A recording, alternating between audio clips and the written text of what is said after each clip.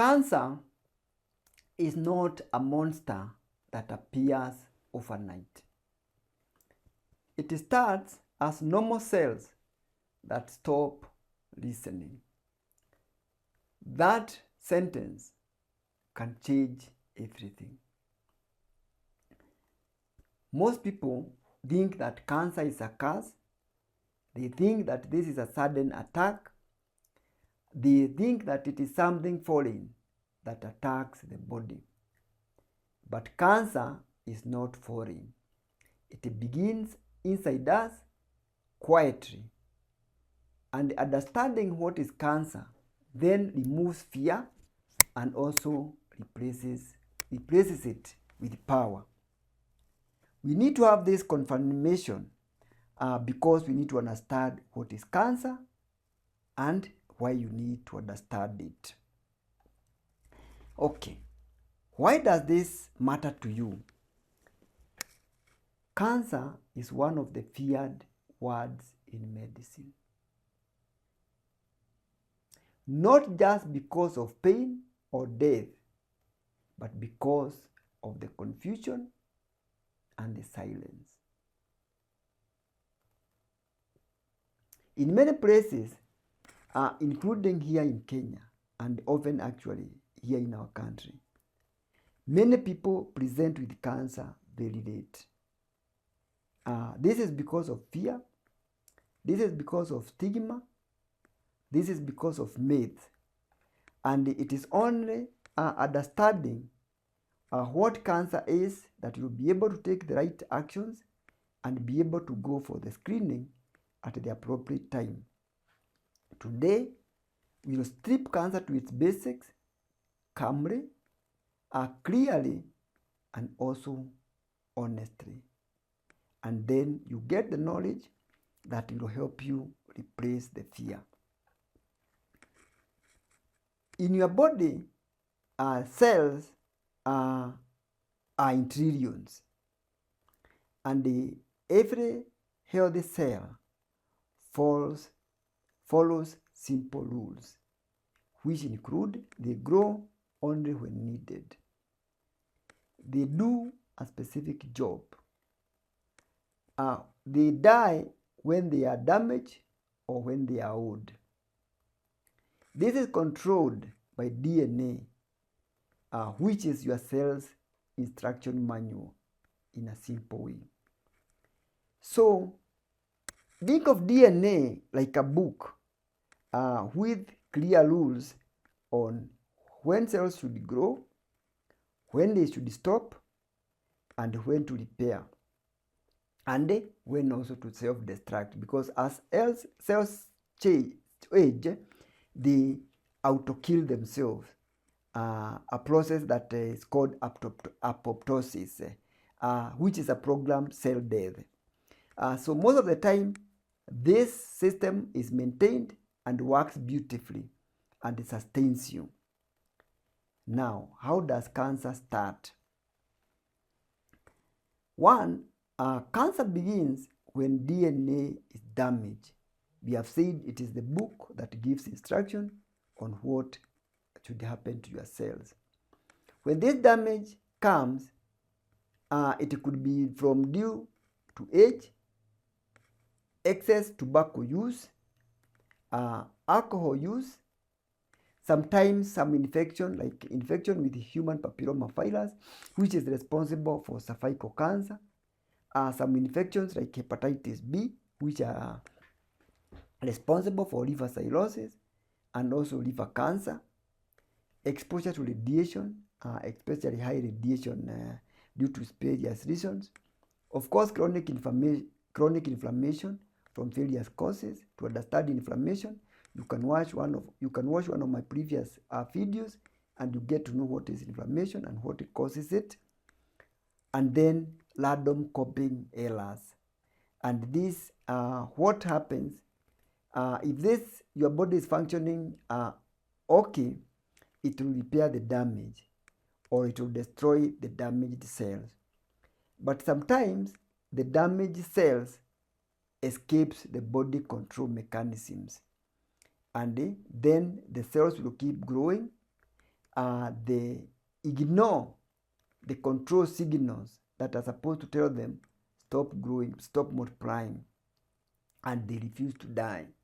That is, in simple ways, the way we can understand how cancer happens. So cancer is a normal cell that has lost its discipline and behaves abnormally. They multiply excessively, they move around the body, and they alter the body control or escape the body control mechanism. So what makes the cancer cells different? Cancer cells behave differently from normal cells. They grow without permission. They don't listen to the body's control systems. They ignore the stop signals. They avoid the programmed cell death, and thus they keep multiplying abnormally. Then they crowd out the healthy cells because they overwhelm them, and then they invade nearby tissues. They can do this by either getting to the bloodstream, the lymphatic system, or even local spread. Over time, they form a tumor. A tumor is a collection of cells together.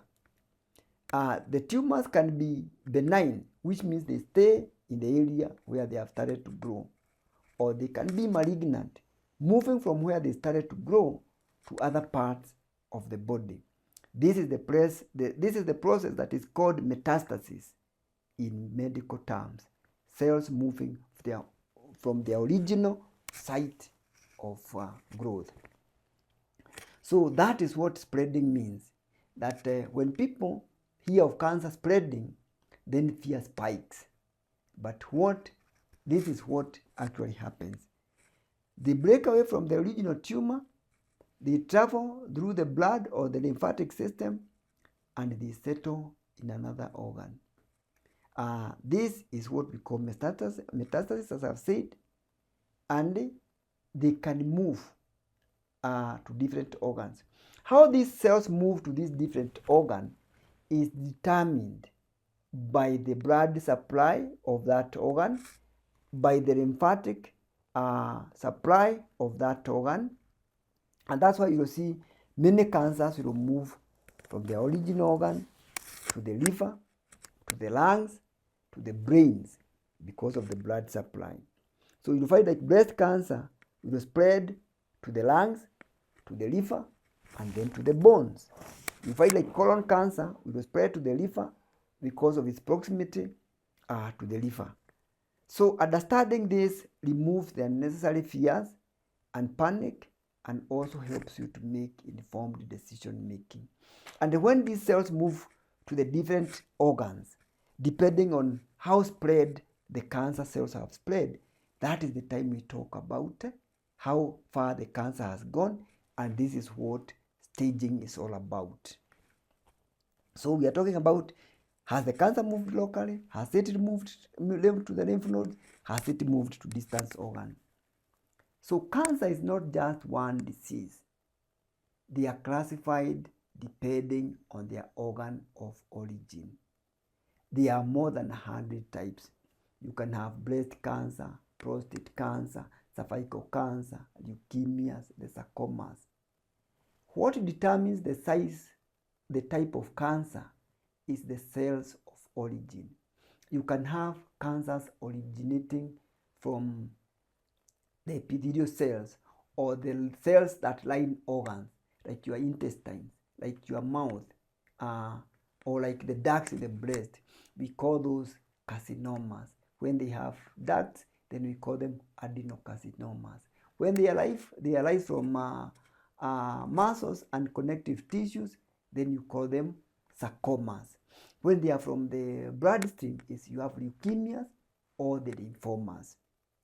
So, and all these will behave differently, and they will have different treatments. But here, the core problem is the same. There is loss of control of the cell growth and the cell death. Why does cancer take time? Cancer never appears overnight. it develops in stages. One cell is damaged, your body might be able to catch up with it and destroys, or it will escape the body control mechanism and continue multiplying. Then they multiply, they are a few. Then they multiply, they become millions. And this process takes years. Your body is fighting, but it is getting overwhelmed. So early cancer has no symptoms. That's the need of screening. I'll give you an example, like cervical cancer. Before the development of the carcinoma in situ, which is cancer inside now the cervix, or the cells are changing, it may take more than 10 years. So if you come and do a cervical pap smear or a FIA, then you are able to catch these cells early before they transform into cancerous cells, and they can be treated without major operations, without major undertakings, and this helps to prevent the cancer. So that's why screening saves life, and that's why prevention matters in cancer. Late diagnosis is not bad luck. It is often missed opportunities. Of course, there are cancers that you are not able to screen, like leukemia, like lymphomas. But colon cancer, you can screen with things like colonoscopies. Breast cancer, self-breast awareness, mammograms at the appropriate age, they help prevent this cancer and many other age-appropriate cancers. So in our setting, understanding this is helpful to understand why you need to be breast aware. You need to understand why you need to go for cervical cancer screening. You need to know why you need to do colonoscopies to prevent colon cancer and even prostate cancer. What are your risks of getting these cancers? What is your family history? So here is the most important reframe that all need to understand. Cancer is not chaos. It is biology that has gone off course. It takes time. And the biology can often be influenced. It can be prevented. It can be detected early. It can be treated effectively if detected and intervention implemented early. Cancer deaths are decreasing in many countries, but not in countries like Kenya, because we are still presenting late. Early detection and the prevention is saving lives, and we all need to be conscious about this and be able to be proactive, not reactive. When you are presenting with pain, it could be very late. When you are being told about screening, we are not looking for cancer. We are looking for possible damages or changes that are happening in your cells that could be putting you at risk of getting a cancer, possibly 10 years down the line. And this you can prevent with the right actions. So understanding should make you take the necessary actions. Before today, did you know what cancer was? A curse, a sudden attack, or something contagious? Share in the comments and help others learn. Cancer is serious, but it's not mysterious. When we understand how it starts, how it grows, and why it spreads, we replace fear with clarity, and clarity saves lives.